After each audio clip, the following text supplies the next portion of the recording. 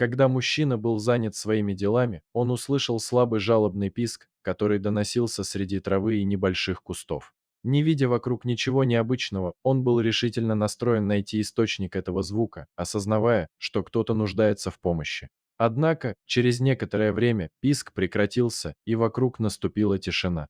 Молодой человек продолжал искать на протяжении длительного времени и уже собирался уйти, когда его внимание привлекла металлическая конструкция, заброшенная среди травы. Подойдя ближе, он увидел старые железные ворота, сорванные с петель. И под этими воротами, точнее, застрявшими в них, лежал бездыханный щенок. Мужчина мгновенно поднял ворота и вытащил малыша, обнаружив, что он все еще жив, просто истощенный от бесконечных писков и недостатка воздуха и воды. В первую очередь он напоил собачку, и она начала приходить в себя и оживать.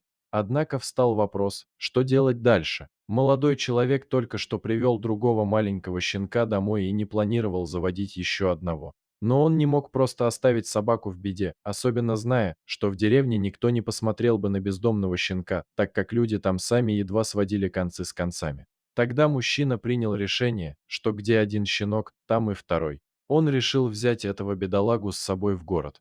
Теперь у него есть два прекрасных и милых малыша, и оба они обожают своего хозяина. И самое главное, собаки стали дружными и отлично проводят время вместе, когда парня нет дома. Из жизни маленьких существ зависит так много. Если бы ветер не принес до мужчины жалобы щенка, он просто бы исчез. И если бы он не продолжал искать так долго, даже когда уже терял надежду, щенок бы уже не был спасен, так как он задыхался. Но именно благодаря самоотверженности и настойчивости таких людей жизнь сохраняется, и за их усилия судьба награждает их верным другом. Мужчина не смог отказать себе в возможности помочь и спасти маленького щенка, который был оставлен на произвол судьбы. Он решил, что несмотря на неожиданное появление второго щенка, он найдет возможность принять и заботиться о нем, ведь дружба и сострадание не знают границ.